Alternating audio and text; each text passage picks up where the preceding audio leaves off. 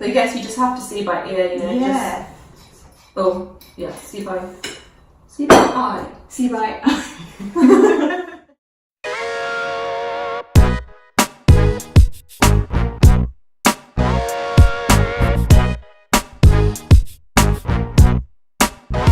So good, really fluffy. Yeah. I think these are the best ones.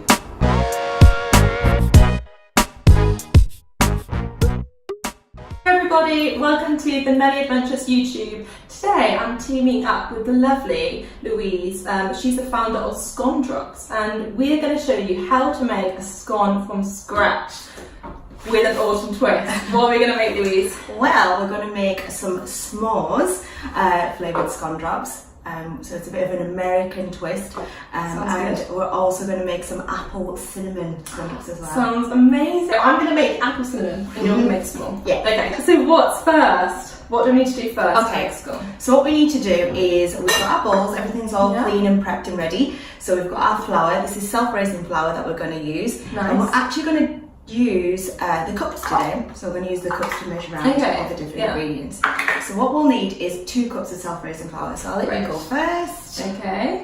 So with scones, do you ever use a mixture of flours? Self-raising is really good, but you can use whole wheat ones if you want to make them a little bit healthier. I think if you want to go for the gluten-free options as well, that's really good. If you, I've heard people have using like rice flours and coconut flour, all sorts of different flours as well. Yeah. Well, leave us a comment below if you've ever used any of these cool flours and let us know what you think. Fan it out a bit. I guess with the you say whole wheat flour, you've got that's healthy because you've got a lot of B vitamins in there. I mean, these flours are fortified, but with the whole wheat, you've got a lot more fibre and B vitamins in there, so you can fill it for longer. Yeah. Okay. So the next thing we need to add is the sugar, and we're going to add a 1/3 cup of sugar. Now today we're going to be using granulated brown sugar, and that's because I think it gives like a more caramelized kind of flavour. It's like molasses, isn't it then? Does it just have molasses? Yeah. Okay, so Louise and I are kind of making the same base recipe. So third in there, and then we'll add different toppings, different flavour profiles. So in goes the sugar, and then we need to add our raising agents. So the 2 that we've got today is bicarbonate of soda, and we've also got baking powder.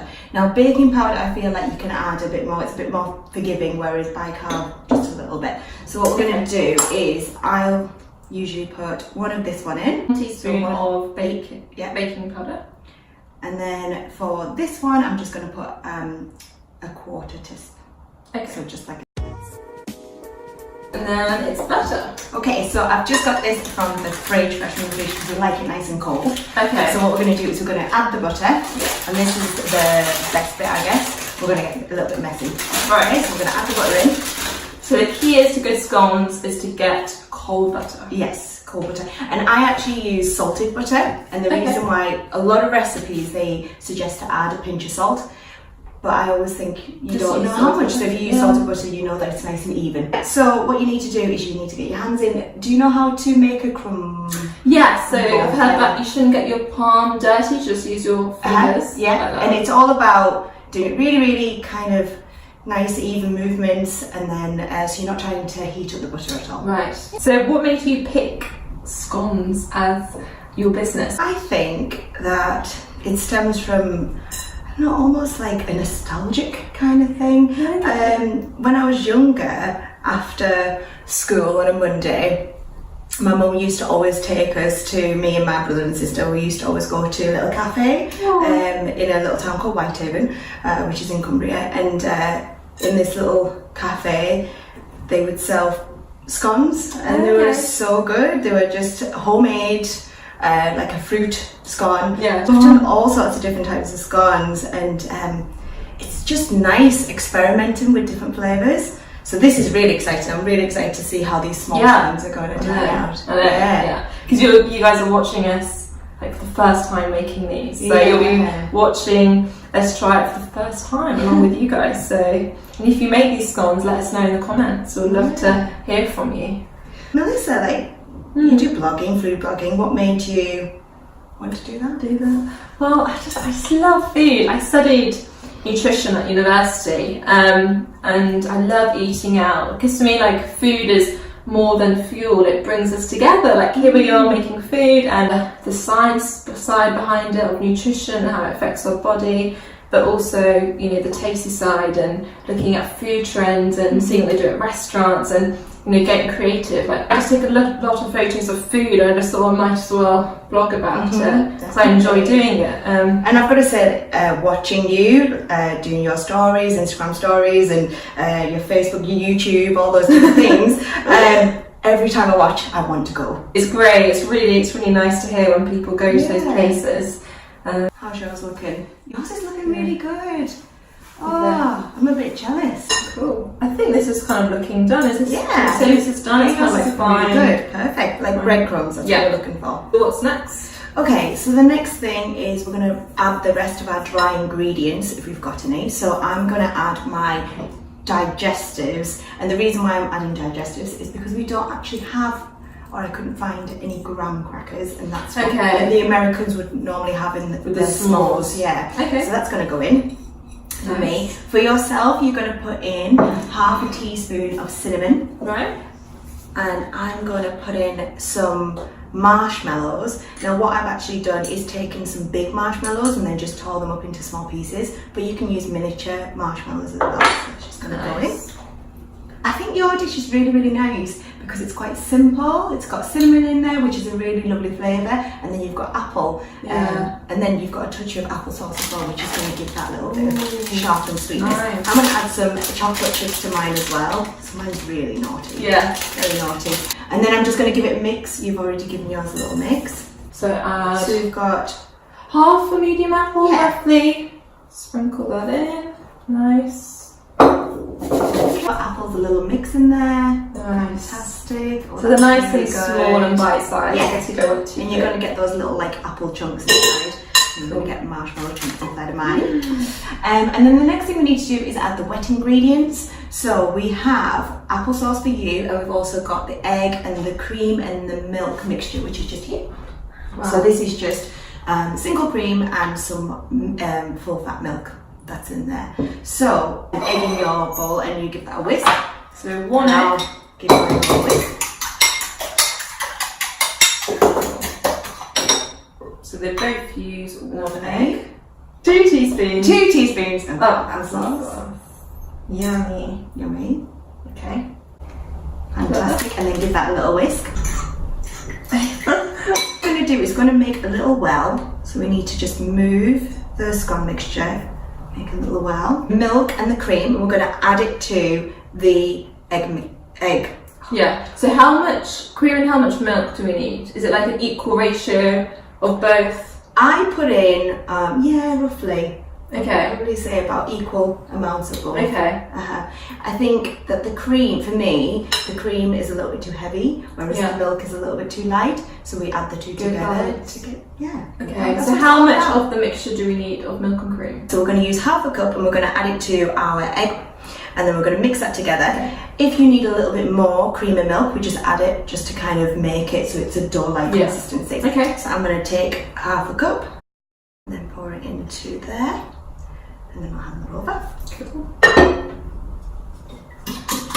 Okay, so you add this in. So what we're going to do is add that into the well.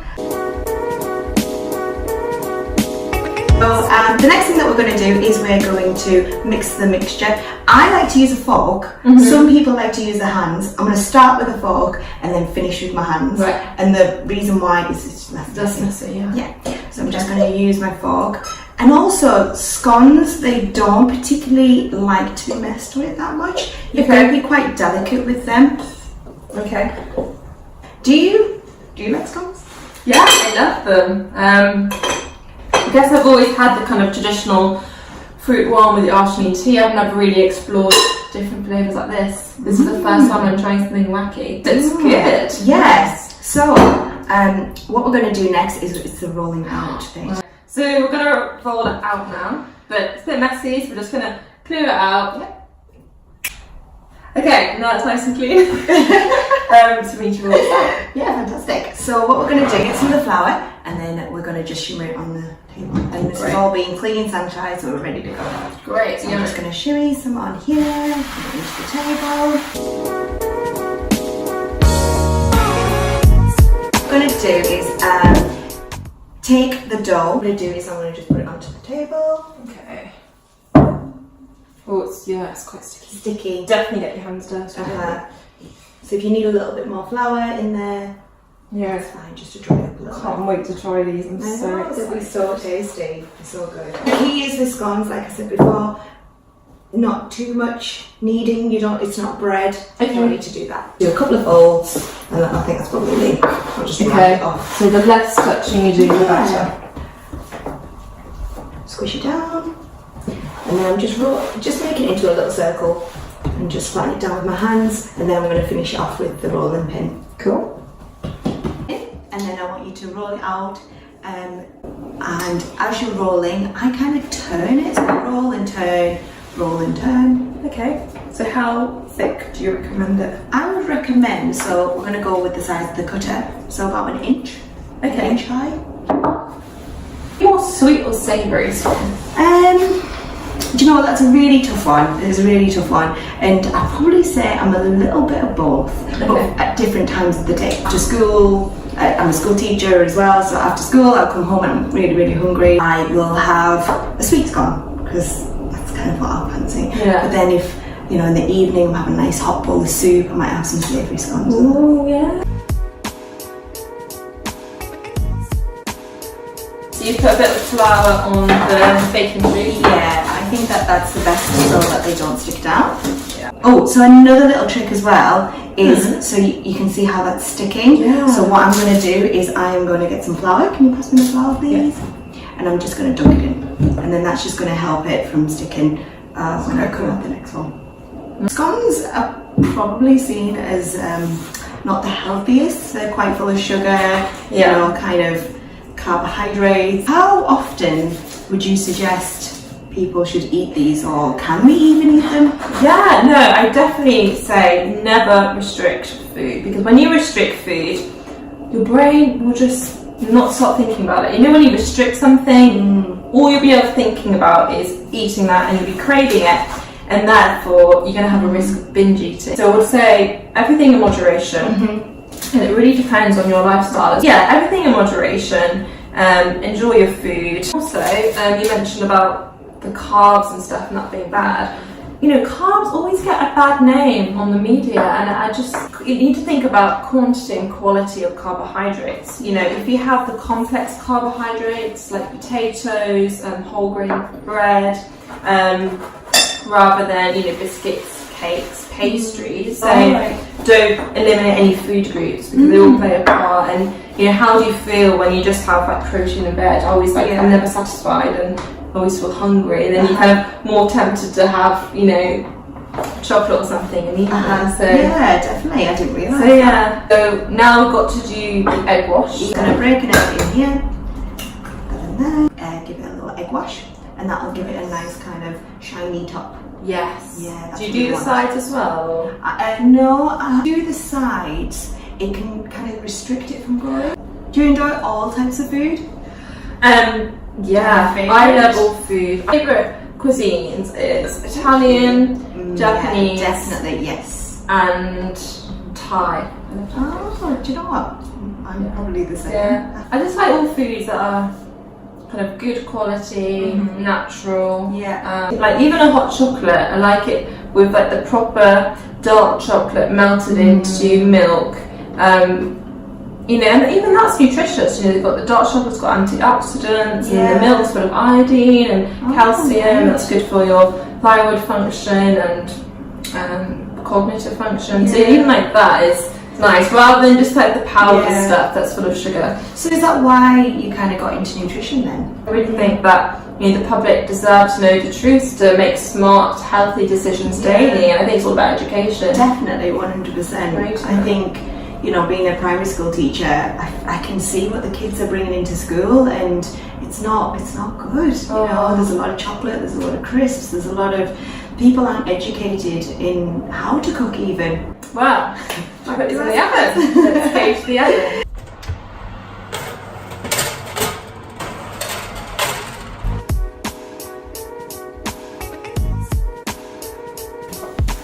Okay, so they've come out the oven. They are looking so so good. Let's try the small one first. Oh, okay. Well, I think it's really good. It's got like a nice brown kind of finish, and then it's definitely cooked at the bottom and nice and Really fluffy. fluffy. Look at that. So Super good. Okay, I've got little bits of apple in this one. They're really good. They're so creamy. It's got a nice kind of fresh taste with the apple as well. I like the chunky bits of apple. So good. Really fluffy. Yeah. I think these are the best ones. Really good job. And it's like the right amount of sweetness as well. Really, really tasty. Good job. Thank you. Okay, I'm excited about these ones. The s'mores. Okay, look at that one. It's so chocolatey. I know. I love this. I think this is the marshmallow. It kind of looks like toffee, doesn't it? Yeah. Let's see what happens. Ooh, crispy. Ooh. That's definitely marshmallow. It's like roasted marshmallow, that bit. So good, right? Okay. Super fluffy inside. So good. Oh, look how many chocolate chips are in this one.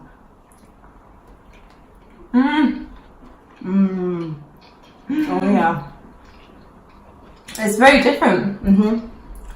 They're both equally as nice, but this is just more chocolatey. I think this one's more indulgent, maybe. Yeah. Perfect for. I can understand why Americans like do s'mores when they go on like camping trips and things, because it's definitely got that feel. It kind of warms you up. The marshmallow has disappeared, but it adds to the flavour. Really, really good. Yeah, and it's cookie dough like inside. Yeah, definitely. But more fudgy, which I love. Really, really tasty. Really good. Okay, that is the end. Louise and Melissa, we've shown you today how to make the best scones ever. Autumn themed. If you like this video, consider subscribing. Make sure you follow us on social media, Scone Drops and the Melly Adventure, and we'll see you in next week's video. Bye.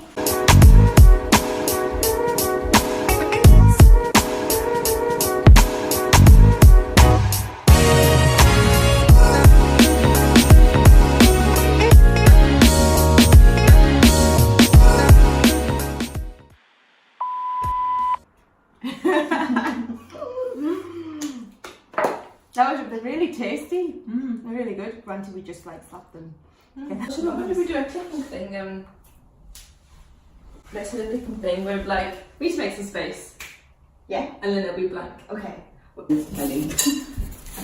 Oh, flour everywhere. Oh. Hopefully this way. See you by the end.